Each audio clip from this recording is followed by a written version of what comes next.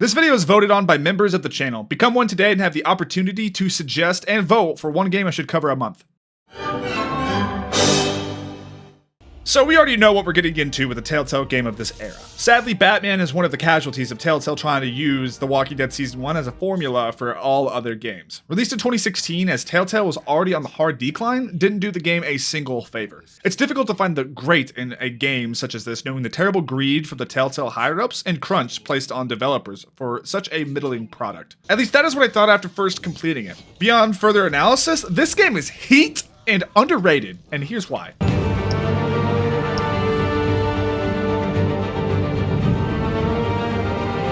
This theme, Jared Emerson Johnson crafted a melancholic Batman theme that sounds familiar yet stands on its own as something buddingly heroic, just as our Batman in this game is. So that was a lie. I'm sorry, all I had to. I'll be nice from here on out. Hey, what are you? The Batman story from Go clues us in that this will be a more mature Batman story, mostly when it comes to its depictions of violence, but also abuse. So buckle up, friendos. Let's see how many bones Batman breaks this game. Hey, you think he's gonna show? Bring the whole goddamn place down. Seeing the fear Batman puts into thugs will always be entertaining. The creation of a myth has always been my favorite part of the character. Gordon. They're on the 52nd floor. Love that this Batman has already got Gordon on speed dial. And even if he didn't, it's shown later that all GCPD gear is Wayne tech, so he'd be able to get in whether they like it or not. Pretty ingenious to insert your own tech into the police force that you so desperately desire to devote their deputies to your duties. Did I do it? Did I get enough D in there? 3 home in an ambulance. The rest in body bags. No wonder the cops want him dead. Hey, you ever seen him? Seen him as Harvey's face comes into frame. Some foreshadowing to his later bombings of Gotham, which for sure had body bags and ambulances. We get to pick our tech color, and would you expect anything less of me with this color? He can see him clearly, but even I would be like, what the f am I looking at? So, fair. This first look at Batman is pretty badass. The music along with the bright white lights and stocky figure makes him look indomitable. I'm normally a naysayer for chunky Batman, but this one absolutely works. And people will keep you in the crosshairs until you're shot out of the sky. I can handle it. Geez, camera operator, why can't you just say, you know who couldn't? The white eyes make him even scarier, it being the only thing you can see in the darkness. Just think about when you're in the woods shining a light and a raccoon scares the life out of you. But be careful you don't turn into a monster. Sometimes you need a monster. And that's the journey that this Batman and Bruce Wayne embark on. Batman learning from Harvey that the monster within isn't the way of doing things, and his parents a guiding light they are not. It's really nice to have a consistent character arc in this game, as choice-based games can be difficult to cover. That's good from a content creation side, but as an experience, pretty terrible. I really wanted to play a super violent Batman that befriends Two-Face or even stops him from becoming such entirely, yet none of that is in the cards for this game. I remember when this game was announced, we were wondering if the Batman sections were just going to be QTEs. And they're fine, as they aren't the main star of the Batman show in this game, which was the perfect way to tackle the character with these gameplay limitations. Ooh, run that back! You know I gotta win the sauce! Doesn't belong to you. The voice modulator is such an easy way to have Batman hide his identity. It's a wonder why Christian Bale's Batgrowl ever became so bad. It was really good in the first movie, but god damn. That said, here I really like the modulator and how it informs his character if and when he chooses to turn it off. We're so used to it by now, but seriously, imagine if you saw people dressed up like this fighting on a rooftop. Your first thought wouldn't be threat, but what is this goofy ass shit? Don't let tombstones be your family legacy. This opening scene really sets up Bruce's story so freaking well, quickly establishing most of our major players, setting up his arc, and giving us a fun scene to introduce us to Batman. Now all I need is a decent slogan. A new face for Gotham. Oh, Telltale knew exactly what they were doing with that slogan. I want to see the statistics and how many of us chose that one. Huh, an idealist with a bank account. He'll be broke before election day. That's freaking gold! Snarky, cynical old men are so funny. Ranged man had gotten the right treatment. Maybe, Well, Harvey is the one who's been behind the project since day one. A vote for him is a vote for the memory of my parents. Telltale's probably the best at boiling down the essence of the phrase in her choice options. I found often that I'd pick an option and Bruce wouldn't say any of the words I selected, but would be much more eloquent with the actual response. Never once did I feel cheated by the dialogue not reflecting my choice. Carmine Falcone? Falcone? We're doing this again? Makes him sound like a cartoon character. I swear, what has Christopher Nolan done to this world? I say as I have an Interstellar tattoo. Carmine Falcone. Ah, I gotcha. Telltale does a neat little thing, having Carmine be the only one to pronounce his name correctly. It's like Guy Fieri. You can tell me how it's supposed to be, but I will never say it like that. Seen and not heard. Whatever you... What did I say? This Falcone really commands his power in this game. I wish we could have gotten more of him, as Sully himself is really cooking with this character.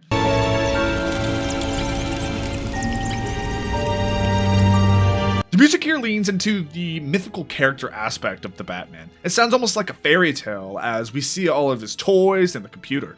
Your father despised men like Falcone, thought they ruined Gotham's stellar reputation. Alfred actively lies to Bruce about who his father really was, and even doubles down on him, using his name to push Bruce towards a more noble life. Now, we can all sit from a seat of superiority and say Alfred should have told him the truth. But how could he? Al thought he could shoulder the burden for him, and the rest of Gotham. Makes me love this Al so much more. Should have called it Cobble Park. I'm an idiot. But this goes through you.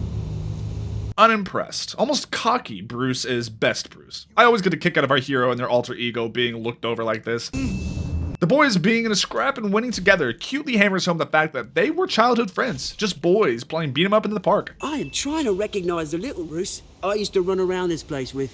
This is one of those shakeups that Telltale brings that was an unexpected welcome. For starters, Penguin isn't some old fat oaf. That was his father. Then add on these two were childhood friends lends a much more personal element to the conflict they share later. My family's fortune.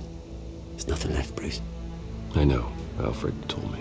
And in 2 lines, we see the great divide between them. This divide growing, with Bruce's response being even worse than just saying, I know. Adding on that Alfred told him, just hammers home how much better Bruce has got it while Oz got shafted by the Waynes. But when my revolution starts, we're gonna smash windows and cross off names all the way down. Notice Oz gets up on a stage for his grandstanding in front of Bruce, already practicing for the performance that he will have to give Gotham to take over Wayne Enterprises. You know, when I was 9 years old, my parents paid the ultimate cost defending me from a man. You know, Bruce, I don't think we've ever heard that before. You never mentioned it, not even once. usher in a new era of healing for Gotham. You gotta love the irony that the man who needed mental assistance the most, the one who built this hospital, never gets or reaches out for help. Which is a theme that permeates this game of leaning on others. As Bruce, we are constantly put in situations where we can accept someone's assistance or for us to offer our own. Every character in this story finds themselves in a position where they need someone and have to make a choice whether to take it or not. Gotta love the symbolism of the cracked frame as news of Thomas being affiliated with Falcone. Bruce's image of his family has become shattered. Is this? Yeah, then the cops raid my house, taking everything related to Wayne Enterprises. We spend more time as Bruce Wayne than we do as Batman throughout, which is a refreshing change. I really like that Bruce takes center stage here, as there is always a greater focus on Batman because cool cape and ears. Being a story, choice-based game, you can only get so much mileage out of Batman punching dudes. The mystery behind who is coming after Bruce and watching him have to navigate the press was quite the change of pace compared to something like the Arkham games. Travis William and Laura Bailey are Harvey and Selina respectively. As a fellow critter, I can always pick their voices out. Well, that's terrible. Did they catch the guy? And Troy Baker as Bruce Wayne. This is a star-studded cast and will only continue to impress when we find out who plays Lucius. I think we've met before. You do look familiar. This is already so steamy between these two, and hilarious the little jabs they make at each other while Harvey's just oblivious. We've got it under control. Do you? The puppy dog eyes to Harvey to be his dad hero. With this basically being a point-and-click adventure, it makes for the perfect excuse to focus more on the greatest detective side of Batman. Analyzing clues and piecing them together is pretty elementary in its execution here, but it's not this game's focus. We get to feel like the world's greatest detective while not destroying the pacing for it if we struggle to figure it out. You trying to scare a confession out of me? I won't break. Your bones will. That's cold as fuck. Seeing Batman use something as barbaric as a pipe is really weird to me. Am I the only one? I kind of like it, as this scene is for us to decide how violent of a bat we'd like to be. Using the pipe really leans into the violence if we so choose. It's an aspect that isn't greatly fleshed out, feels forgotten about in later episodes, and straight up doesn't have the proper reactions from characters at times. But I do like the idea though. There's always the sick gremlin inside of all of us that just wants to see Batman make a dude shake his head in the 360, and that's what I wanted to make my Batman. Thank God. He was about to kill me. You want to tell me what the hell this is all about? Trying to leverage Bats being a bigger criminal than himself. Can't fault the dude for trying. Chivalrous, but unnecessary. You're not Batman. Oh my god, this game just can't help but have people talk to Bruce about Batman like it's not him. Yo, you're telling me this Batman has a Mr. Incredible supercar? So this engine style doesn't lend itself to combat, so creating a plan of attack is the next best thing. Of course, I wish there were more permutations and things that could go wrong and still continue, but this isn't Detroit Become Human. We can end this now. You got a lot to learn, kid. Hearing Kid violently transports me to Sully yelling at Nate about some BS he used to do in his youth. Richard McGonagall has got that voice, you know? Like, he always needs to clear his throat, but never does. I kind of love it. I also love him calling Batman Kid with what we find out about their connection in the next episode. In a world where the Waynes, our golden family, are corrupt, who are we left with? It seems Matt Reeves' The Batman took heavy inspiration from this game, which is kind of impressive when you learn that this game did not sell well. Or at least well enough to recoup licensing fees. And though this is a choice-based game, the choices on offer still need to be in line with what Batman is at its core. They wouldn't just let us kill someone by the end of the story, but by golly, was that my goal. How could you hide this from me, Alfred? For all these years. What I really love about Troy Baker's Bruce is that it doesn't just sound like Troy Baker being Troy Baker. This performance feels really unique, and I like how human this Bruce is. He doesn't turn on the Bruce Wayne face because he has to be like Bales or Pattinson's. He's still a man outside of the cowl with friends and goals, and I really like seeing that. They were billionaires, Bruce. You can't amass that kind of wealth without making certain moral compromises. Ain't that the truth? A small detail of Al having an umbrella and Bruce not. Not only is it displaying Bruce's headspace, not caring for his own well-being in the light of this news, but also shows that Alfred was well prepared for this day to come, ready to weather the metaphorical storm upon this revelation. How long did it play there? Only when you wanted to see it, Bruce. Your mother arranged the special screenings personally. It's a miracle that Bruce didn't turn out to be an entitled little brat. You ever wonder, is there a conspiracy that Batman was created by billionaires to subliminally get us to believe that billionaires can do good and don't all suck? Because if not, I'm starting it. Jesus Christ, this game is brutal. Notice that Thomas is shot in the eye. You know, like eye for an eye and all that. Both end up dead before they should have been. Don't you dare talk about my mother. Hey, why not, kid? I got nothing but good things to say about her. Richard McGonagall makes acting just seem so effortless. The way he plays Falcone, I 100% buy that. He could just talk to the GCPD and then just walk. Charisma like that is what Falcone is all about. Your parents learned that the hard way. What the fuck? My jaw was on the goddamn floor when this happened. Right here is where I buckled the fuck up and realized this ain't your average Batman story. Gonna get out, sooner or later. Why would she do something like this? Harvey's mental issues creep in somewhat even before he's drugged. It's perfectly masked as it only comes out during understandable moments to be frustrated. But notice how composed our other two boys are. I've got a lead on whoever's behind this. Bruce! Vicki was there when Bruce's family was being exposed at the press conference. She was there when his house was being raided. And now, right after Montoya was drugged, she was there hiding in plain sight. Oswald was the perfect red herring to disguise Vale's true identity. I love the detail of Bruce stealing himself before talking to Vicki. He's Batman, but talking to pretty girls is always scary. I know how you've been using the drugs you stole at the docks. Where are they? Where were the other drugs going? Just couldn't help myself. Okay, this scene has been going on for a while, and no one is going to mention Solomon Grundy's little cousin. I appreciate that Telltale just lets Blockbuster happen, but like, what the f***? Together. After all, I'm not really an all work and no play kind of girl. Laura Bailey needs to stop, or I'm gonna lose my shit. I don't know how Bruce does it.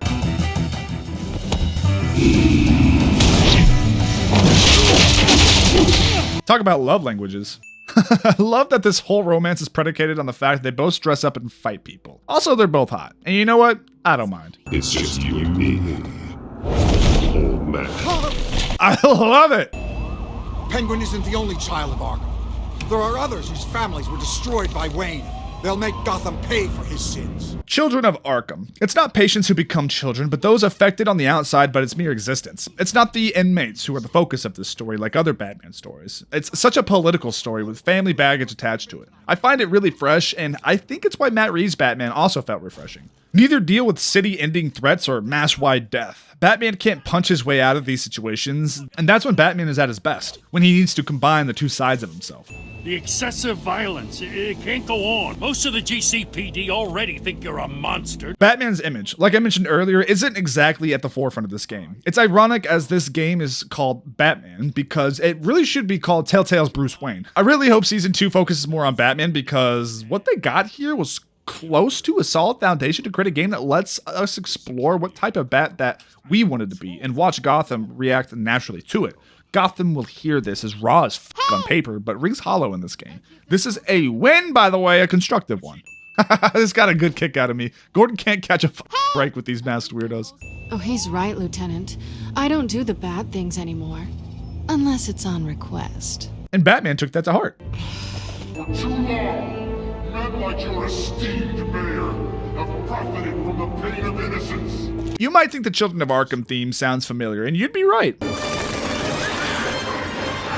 I don't know, guys. Debate with the candidates under the influence of a drug that removes impulse control? Could be interesting, though I think we've already seen it before here in America. They made Blockbuster harder by making his inputs harder to see. That's pretty neat. It was all him. He didn't know when to stop. I had him killed because of it. As Bruce is stunned by learning who killed his father, his bat lens is broken out of the same eye that his father was shot. This symbolizes Bruce having the veil lifted and finally seeing the truth, but also he shares a similar wound as his father. Those he thought he could trust, harming him. So here's where Harvey would get his facial burns if he didn't choose to save him. I love all the work we get to do with him, being his friend, supporting him, saving him from being disfigured. It gives us hope that we might be able to save him from becoming Two-Face. I know I sure wanted to try, but no matter what we do, we can't. And it's an interesting theme I'll hit on later. And the only wound Harvey gets from Penguin is a bruised eye. The same eye that both Bruce and Thomas had wounded. A little bit herring that all our boys are connected and gonna be chums, which couldn't be further from the case. And let's also mention Catwoman gets her left eye damaged before she begins to help Bruce. Am I cooking with this left eye symbolism, or did Telltale just put it in there and not think twice about it? He's lucky. Could have been much worse if the Batman hadn't been there. But there still will be scars. The worst scars are the ones on the inside. Bruce would know, right? With the drugging and subsequent murder of Mayor Hamilton Hill, Harvey Dent was left running unopposed. Well, that's one way to win an election. My therapist is worried the drug might have caused some issues to resurface. You missed this one line, and you'll have no idea that Harvey's condition was pre-existing. Harvey's fall is always tragic, as the man only wanted to do good for his city and is dragged down with it. Travis brings a vulnerable side to Harvey, kinda just a big teddy bear, like Travis himself. I know that debate was hard on you too. Harvey, don't. You should talk about it. Men listening to each other's problems, suggesting therapy, this is why people love fiction. I have a date, actually. What? Why didn't you say so? Well, don't keep a lady waiting on my account. Okay, I officially love these two. I would have been happy if 100% of the focus of this story was the relationship between these two men. I do want to hear all about her later, though, all right? Oh, don't you worry. You'll get to see it all. Bring me up to speed. At first, the bat voice sounded a little strange, but it's really grown on me. I think it sounds like butter now, and can't wait to hear more of it in The Enemy Within. Batman, so listen. Excuse me? You've got my attention. That right there is motherfucking Lee Everett. I wasn't kidding with the star-studded cast. Dave Fennoy could tuck his way into my booty hole with a voice like that. I mean, what? I know this is risky, Batman. Just be careful. I gotta win it, right? It's his signature. Now that's just hot right there. Oh, don't worry. She will be reinstated off screen and they will never tell us that. Or they forgot to take her out of later scenes in an event of the Silas win. I don't know. I just found it neat. You have to understand, Bruce.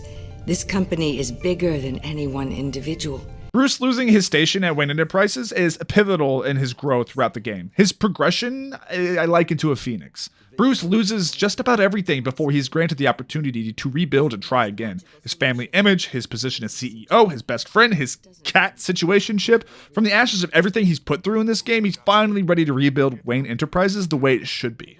Sins of the Father is another angle that permeates not just Bruce, but all of his antagonists. Cobblepot's father lost their fortune and ate a bullet. Vale's family were abusive to her. Bruce has it easiest, but it's still interesting to see how all these children react to how their parents were and raised them. Oh god, not another chessboard in Wayne Tower. If you don't know what I'm talking about, go check out my Arkham Knight video. We've got a whole discussion going on in the comments about a board state you can find. And it's all because my dumbass read the board ever so slightly wrong and tried to find symbolism in it. I still stand by it. Look at that cheeky little grin. Dude loves his friend.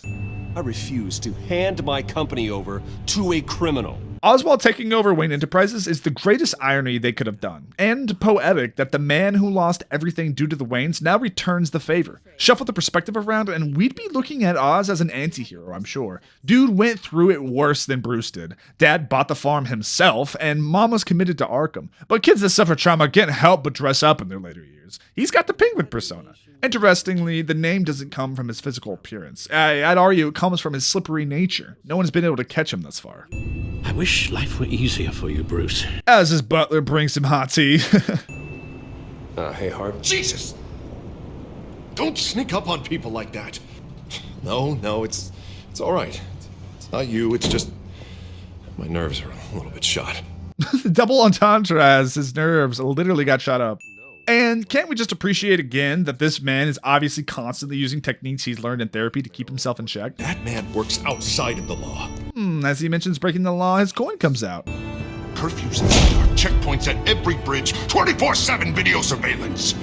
No one blinks in this city without my say-so. I love Travis's Two-Face. The goblin voice is quite intimidating, and just his physical stature is enough to make one pause. An interview with the Children of Arkham's leader. I wonder how Vicki managed to score that. That's gold. The mystery behind who is the leader of the Children of Arkham is really well done. Telltale gives us just enough clues to figure out that it's Vale if we're paying attention. My dumbass sure didn't figure it out, though. You might as well come out, Batman.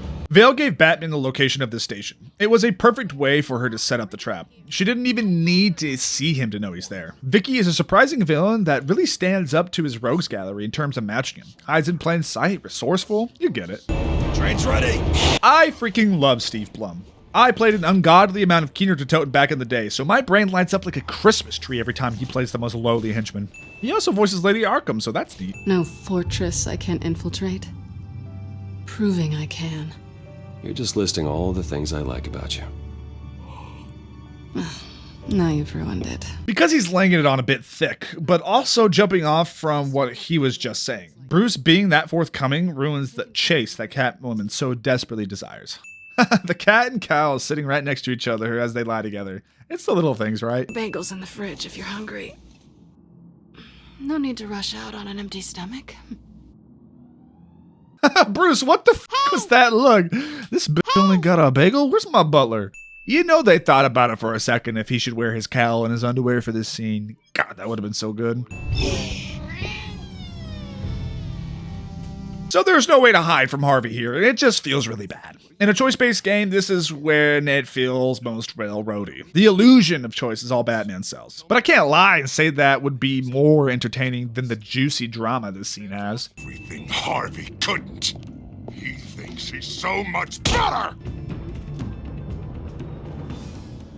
I'm sorry. Gosh, these shifts are always heartbreaking. Watching Harvey fight his other half and slowly deteriorate was such an inspired choice. Coupled with the fact that we can save his face from being mangled. It's all just internal struggle that's so much more true to life.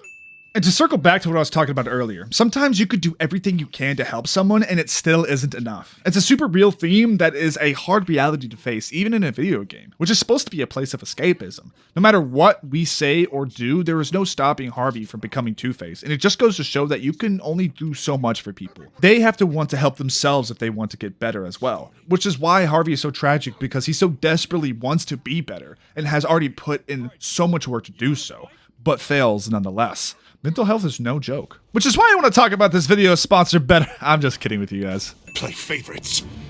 They both deserve it, one way or another. Ooh, speak to me more like that. And this happens if he has his scarred face too, which is severely more f***ed up. Who are you talking about?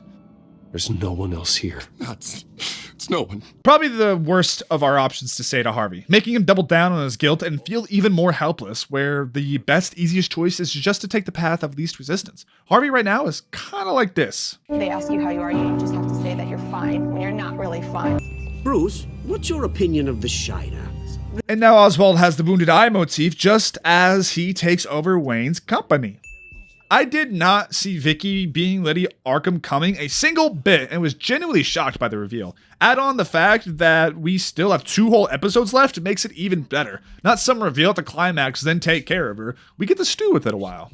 See now? This is the perfect time to give the illusion of choice. Bruce ending up in Arkham is the ultimate low for him. He's endured personally what his own father has done to so many people. It's one thing for Bruce to condemn what his father has done and vow to never do such things, and another to say so after experiencing it firsthand. The Joker saves Bruce Wayne. Just looking out for the new guy. And this Joker is such a subversion from what we are used to. I cannot overstate how interested I was in this. No red mouth, that's some crazy voice. A little off-putting, but he doesn't seem his usual self. His extended cameo doesn't feel gratuitous, nor does Telltale rely on his presence to carry this episode. His time here is the perfect teaser for what is to come in Enemy Within. You just call him John Doe. Oh, yeah. I don't know what Telltale was eating when they were cooking up this Joker, but this is so different, and I'm here for John Doe. Right, John? Oh, yeah. I'll show him the whole 9 yards. Foreshadowing to Enemy Within? Here. So the key does fucking nothing. This dude really is a Joker. He'll receive the treatment he so desperately needs. Double-crossing, two-faced. He said it. He said his name. Mayor on a rampage versus freaky drug terrorist. I'm gonna find your drugs. Why is John Doe the most sane right now? I think we both know she's quite the lady, right, Bruce? John knowing Vicki's Lady Arkham adds onto the mountain of mystery that is him. Yeah, the Joker is meant to be an enigma, but we know the character well by now. Nothing really is a surprise, but this is one. This one has got me excited. I don't really know what he's up to or capable of. A ball of potential that I can't wait to see in Enemy Within. Little Bruce, lurking in the shadows. Though I think we both know you could do more. Does he know Bruce is Batman? I mean, he figured out Vicki. This is why I'm loving this game. John Doe and Bruce are hanging out, not Joker and Batman. How often do you ever see that? Am I glad to see you embracing those feelings? They're very natural. Ah, he still wants him to break his one rule, though. Some things never change. Victoria Arkham. Now with the surname Vale, like a veil over who she truly is. Homophones? I gotta hand it to Telltale's restraint to not put Harley Quinn in here as Bruce's doctor. I still would have enjoyed it 100%, but maybe that'd be a bit too much. And the public opinion on Bruce Wayne. You could say it's waning. It's okay, I hate myself too. I fucking love the Spider-Man science minigames. And now the final thing Bruce must experience is his parents' death from an outsider's perspective. This kid lost both his parents just like Bruce. If anyone has the right words, it'd be him. Hey, it's gonna be okay. You're gonna be alright. I love that Bruce turned off his bat voice to talk to this kid. I didn't see anything because I hid in here. Please don't send me to punishment. Oh, don't send me to punishment? An innocuous line that plants the seeds about Vicki's abuse. And because of Bruce's compassion, this kid is able to do what Bruce always wished that he'd done when his parents were killed. Do something about it. After what he's been through, he needs a good home. Yeah, I actually know the drill. Because he did with Bruce, remember? Is this about the whole seizing his assets thing? You're not gonna break my legs, are you? I love Dent's demeanor with Batman here, believing to be chums on the same side. The coin only pops up when Two-Face is coming out. Do I wish it was also part of Harvey's character? Yeah, but without the disfigurement, it's a nice visual that Two-Face is cooking when he's playing with the coin. I'm glad we're on the same side. Oh, that smirk. And he doesn't disappear behind his back. That's how you know they're buds. Not one step further. Batman might not kill anybody, but that's not going to stop good old Al. Oh, that's such a badass way for Harvey to get his body burns. Both of his physical wounds occur or don't, and they're both because of Batman. This Harvey also was racked with guilt over his brother dying in a fire, of whom he was too afraid to go in and save. It's pretty dark irony that he gets his burns anyway trying to save everyone else. Anytime Batman fails to save somebody in this story, the left eye of his mask has been destroyed. My armor. If Penguin has more devices like that, The Batsuit will be a liability. it's already in bad shape. And how cool is it that Bruce Wayne is the one who has to save his company? Not every situation could be punched out of it, and with the story being more Bruce Wayne focused, I really love this. Seeing him win because of his genius and not his shiny toys is so much more satisfying because it's not the suit that makes him who he is. Take a gander at us now, eh? Whoa, he's got his monocle, he's the Penguin! It's neat that this modernized version of the character has Edith instead of a gold monocle. But keeping with the eye motif, Oz places the monocle on his right eye, using the only eye in the story that had no characters had destroyed, but obscured by Wayne Tech, showing that though he believes he's his own man rewriting history, he's more blind than he realizes. Enough of this! Gotta love the 3-minute callback of Oz punching the statue after getting angry with the Waynes. And symbolically, Bruce Wayne and his tech tears down Cobblepot Park. He did say in the opening episode that the place should be bulldozed. I didn't see a thing. Ally! If you wanted to see me, you could have just called. The chase is so much more fun. See what I'm saying, y'all? This gamer YouTuber understands women, don't he? That one night of sex meant we were going steady. Is that what you really thought? I enjoy the blocking here. Selina gets closer as she's trying to reverse psychology his ass to make her stay, her true goal in the scene, and less subtly when she puts her walls back up and steps away from Bruce. But always remember, it's the story that changes in these games, not the plot. Selina leaves either way, but where our characters are left emotionally are vastly different depending on our choice. This Alfred can put up a fight. I could never imagine Michael Caine whipping a dude with a pool stick. Actually, that's exactly what I want to see. He knows the Bat computer can use multiple reflection angles to recreate the room that he's in. Now that is the coolest freaking tech in this entire game, and with how advanced AI is becoming, this actually seems plausible tech a billionaire would have. Damn it! They make sure to never show Bruce with only his cowl on because it'd be too funny. That classic suit looks pretty damn good. I'm a cloth and leather suit enjoyer, so this Arkham Asylum suit, those are my favorite. Fuck taking a page out of Jigsaw's book, or from the Book of Saul. What the fuck is up with the name of that movie, Spiral, anyway? Now, this is disturbing. I knew this game was going to be much more mature story, but never expected this. It almost immediately sympathizes us with Vicki. Notice the eye of the doll? The eye motif is a thing, I swear! I don't know if I'm the only one to have noticed this. I couldn't find anything anywhere else online, but it comes up once again. The left eye of this doll in Vicki's punishment room is black, destroyed, hurt. Another victim of the Waynes. Check out this anime as frame. They're cooking. The people who were supposed to love you. I don't know how you survived. Whoa, good direction or animation, I guess. These aren't mocapped. Even with the mask on, you can see exactly how she's feeling.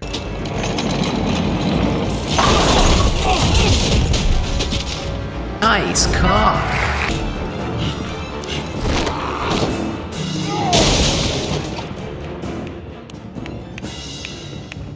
You know I love me some center framing. What the f is that? Why? We have a shot and insert of bats and Blockbuster. I guess I gotta mention it a bit. This doesn't feel as much as a comic book come to life as it could have been, but the cel-shaded aspects of it all give me a hint of that feeling. The animation and run of Batman here feel like it could be a little panel. If this game came out after Into the Spider-Verse, I bet they would have felt way more comfortable getting weird with it. When I first saw it, I found it inspiring. Yes! This is the theme I was hoping they'd tackle more with Harvey. Him having the more personal connection to Bruce Wayne and Batman, and him being Mayor, a fallen DA, would have hit so much harder. Batman inspiring him to become Two-Face. Batman is a lot of things to many people and love seeing when his actions have unintended consequences. Bruce Wayne, he'd never be the man Batman is. He only looks out for himself.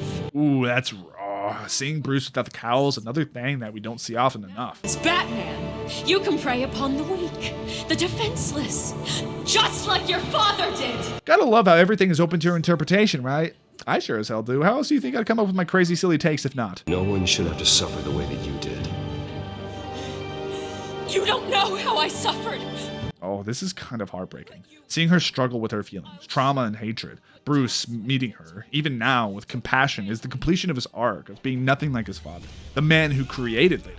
This is a Batman game where Bruce Wayne saves the day almost every time, and I honestly love it. God damn, that was brutal. Do you think they saw the Game of Thrones finale too? But gotta love the fallen angel imagery, right? Someone who came out of their trauma to harm while the other to help. And angel imagery is directly tied to the Arkhams, so this, in a sense, is showing up the fall of the House of Arkham. Good show, by the way. Usher, not Arkham. Oh boy, it's gonna be tough to top that. But I'll give it a shot. And of course, we had to have our final scene with John. I love that they saved him for season 2. Better to already know our Bruce Wayne and Batman to make more room for their crazy story. TellTale's Batman was quite the surprise for me. Knowing TellTale's track record around the time of release, I didn't have high expectations for the game, but color me shocked. The story here is super different than I ever would have expected. I wondered how they do a Batman game as a choice-based title, and focusing on Bruce was the obvious choice that I missed. Seeing his life and struggles had its hooks in me way more than the Batman stuff. Seeing his relationship with Harvey, how he deals with the falling out of his dad's outing, and balancing all of the villains. This Bruce is well adjusted, and not some creep that is overtaken by his trauma. I'm kinda like Vicki at the end, thinking about this Batman, because he really is just a dude. A smart, rich dude, but just a dude willing to do the right thing, and it's honestly surprising and refreshing of a take. The best part of this game is Harvey Dent. Sadly, he's not the final boss, but that's fine.